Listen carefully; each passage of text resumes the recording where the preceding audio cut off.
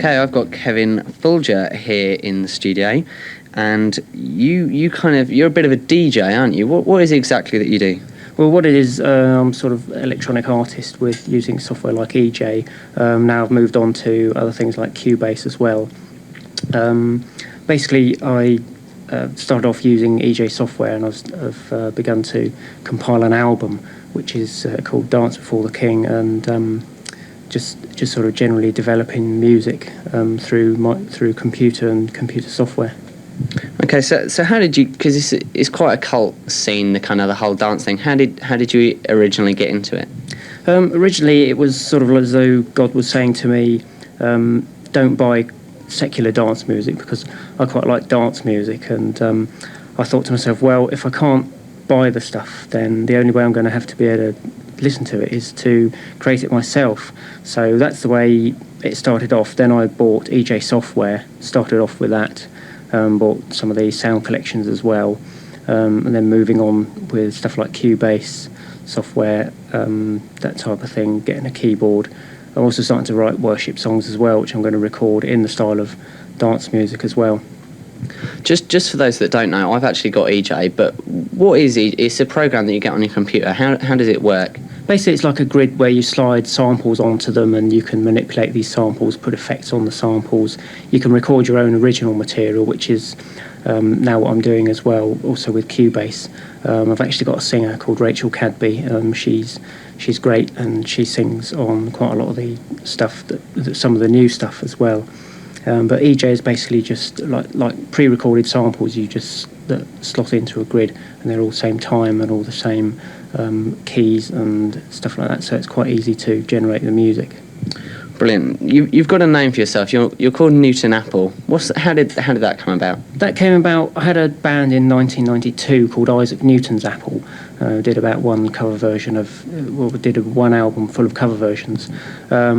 The name just sort of came about as an idea, but now I think of the name sort of prophetically as like Newton Apple, of when this apple falls on your head, you're going to discover the love of Christ. That's the way I think of it now. Okay, as we said before, the dance scene, especially in Britain, is quite a cult following, and there's all the club culture and things like that. What made you really get into it all, and what really are you hoping to get out of it? This whole the new album and the dance music and things like this. Yeah.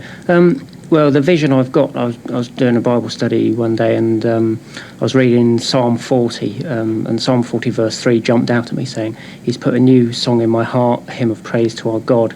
Many will see and fear and put their trust in the Lord." And that's my vision now, because, I mean, there's so many young people out there who are taking drugs and having sex and all sorts of things, which are, they think that that's their way of achieving something in life, and it's not. It's sort of destroying them.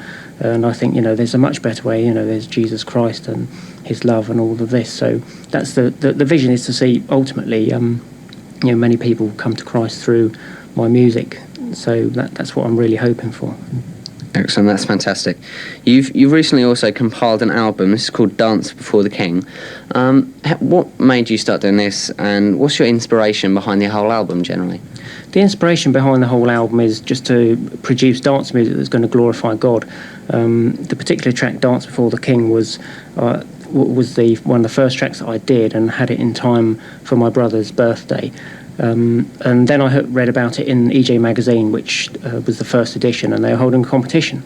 So I thought to myself, right, well, I've got this track pre-arranged already, so I thought I might as well send it off, because I'm the sort of person that just likes to have a go at anything.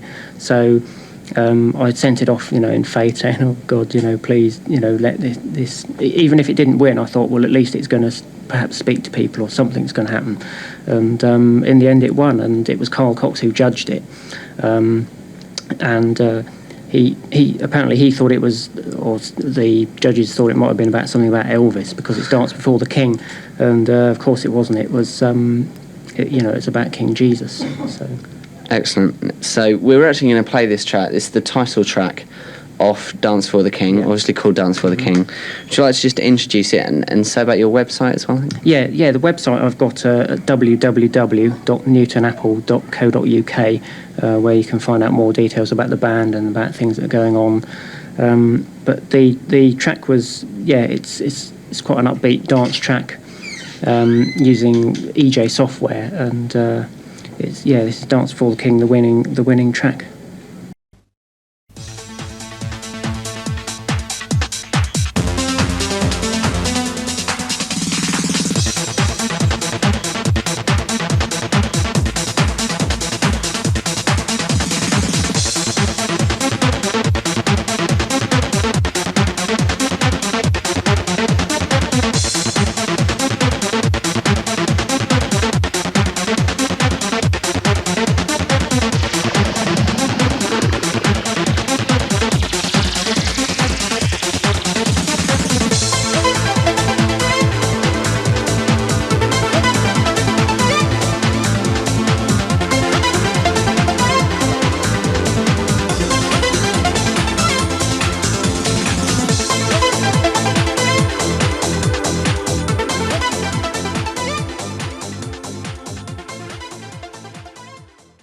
You're listening to 106.6 Stoneleigh FM. That was Newton Apple with Dance Before the King.